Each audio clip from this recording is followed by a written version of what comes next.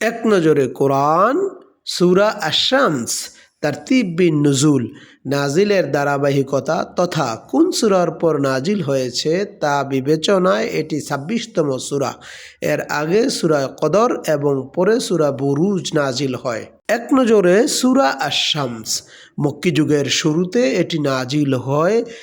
এটি পবিত্র কোরআনুল কারীমের ৯১তম সূরা। এর আয়াত সংখ্যা ১৫। এটি মক্কায় অবতীর্ণ হয়েছে।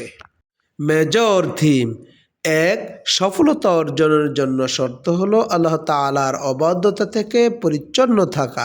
২, ধ্বংস হওয়ার কারণ। ৩, সামুদ জাতির উদাহরণ।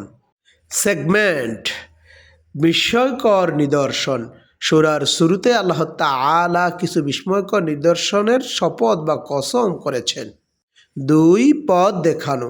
এসব নিদর্শনসমূহের উপর শপথ করে আল্লাহ তাআলা মানুষকে চিনিয়ে দিয়েছেন আনুগত্য আর অবাধ্যতার পথ। ৩, সামুদ জাতির পরিণাম। সামুদ জাতি আল্লাহ তাআলার অবাধ্য হয়েছিল, ফলে আল্লাহ তাআলা তাদেরকে দুনিয়ার বুক থেকে সমূলে উপড়ে ফেলেন। কজ অ্যান্ড ইফেক্ট: অহংকার ও খাই স্বভাবের কারণে মানুষ তার নিজ আত্মাকে চাপা দিয়ে রাখে।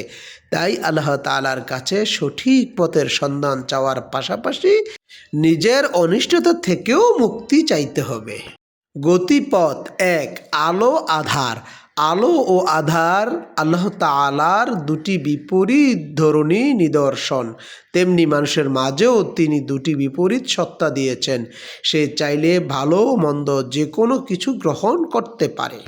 ২, মনের লড়াই। মানুষের মন যেন একটি যুদ্ধক্ষেত্র। এখানে ভালো মন্দ এই দুটি পক্ষ সবসময় নিজের মধ্যে বিরোধে জড়িয়ে থাকে। এর মাঝে যারা এই বিরোধ কাটিয়ে নিজেকে পরিশুদ্ধ করবে, আল্লাহ তাআলা তাদের মর্যাদা বাড়িয়ে দেবেন।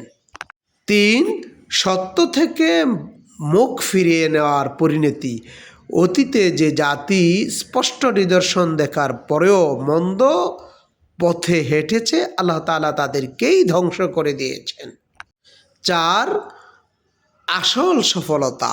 সফলতা টার্মটি শুধু দুনিয়াবি অর্জনের সাথে মেলালে হবে না, বরং আসল সফলতা হলো আত্মিক উন্নতি ও পরকালীন মুক্তি।